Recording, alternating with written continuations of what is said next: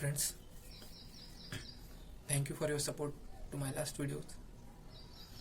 I hope your preparation for the interview is going well, and today I'm going to tell you about the strategy for the upcoming 2020 MES, because many of you have asked me the question that how to prepare for MPSC 2020. First of all, let me clear you.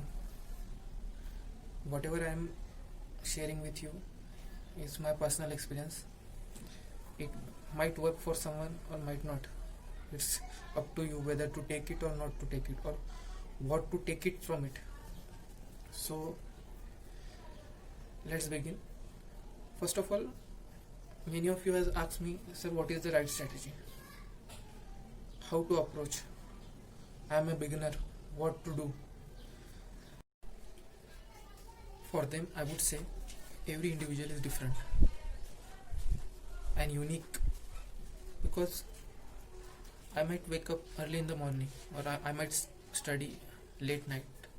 So that varies from person to person. Even the number of hours I study, and most likely the time, the environment, everything is different from person to person. Everything is different for everyone. So there is not a perfect strategy, because whatever suits you the most is the perfect strategy for you. Because in my case, I never in my life woke up before 8 a.m. So I never had done early morning studies, but I can I can study late night. So I used to study late nights. So first of all, you have to don't give up your comfort zone. Someone might say that the success lies beyond your comfort zone. So I might not accept it, because whenever you are comfortable, you will gain more. So don't lose your comfort zone. If you are happy, or if you are in good state of mind, then only you can be a productive one. So as per me, you should stick to your comfort zone. If you are good at doing studies during daytime or during night time, don't break your routine. Before this, I want to tell you one thing, guys. Today there is very much, the internet is flooded with too much of information. So I want to advise you, if there is a concept which take only 15 minutes to go through it in the book, and someone is making 3 hours video and 4 hours video on it, then it is up to you whether to see it or not, because it will not be, you have to see the cost benefit ratio. Means you can put in 15 minutes and understand the same concept, rather than watching it for 3 hours and getting the same concept understood, because time is important for you and you have to spend it wisely. Means I would say, if a concept requires 30 minutes and if anyone is teaching it within 15 minutes, then you should look for the cost benefit ratio. You should go for it, not the one which is taking 3 hours for just explaining a 15-minute concept, because you can you can understand it from the book itself. So use your time wisely. Now let's begin. First of all, what I want to say, you should analyze the previous year question papers and check what type of questions come.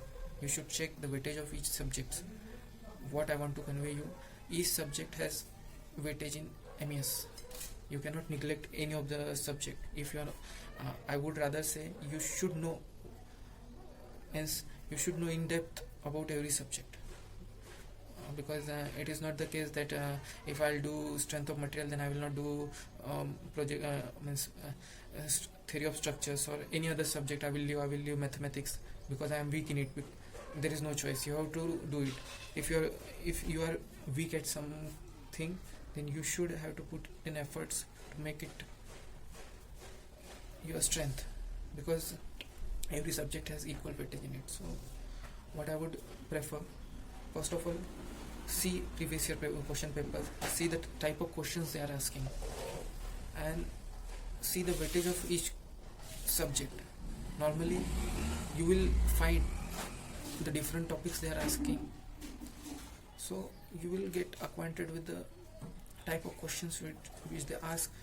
So you should practice as per that. Means if I would say that paper 1 requires more of solving, means more of a numerical solving approach, whereas paper 2 requires factual kind of data, means you have to read more for paper 2. Now many of you have asked me, sir, which material to follow. So for that, means if I want to say that you can follow any of the, means ACE, MEDEZ, IS Master, any of the three material, any of the three institution material, because as per me, many of our batchmates also has followed the same material. So because they will give you a holistic idea about the concept. And the second question is, sir, should we have to follow the reference books? For that I will say that you don't need to follow any reference book till you find any topic difficult to understand from the notes itself. Because if any topic needs certain clarity of thoughts, then only go to reference book for that topic only. Don't go for everything in the reference book, because you might end up wasting your time. So go for the reference book only for that topics which you find difficult. And secondly, what I want to say that while analyzing your paper, you must see which, means especially in paper 2, means what is the depth of questions they are asking in each of the subjects. So for that, if you feel that in this book not in that depth, in this material in that depth, the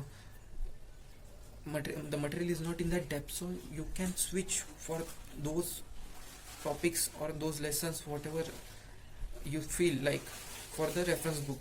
Because ultimately you have to read it from somewhere. So I would suggest only for that you have to go for the reference book. So the strategy is simple, guys.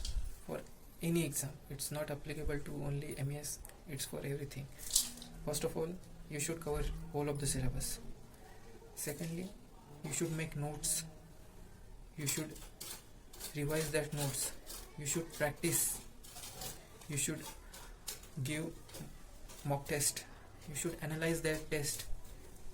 You should try to find out what are the mistakes and try to improve it. So finally, eat, sleep, do above whatever I had said, above things, and repeat. That's the strategy I want to sum up.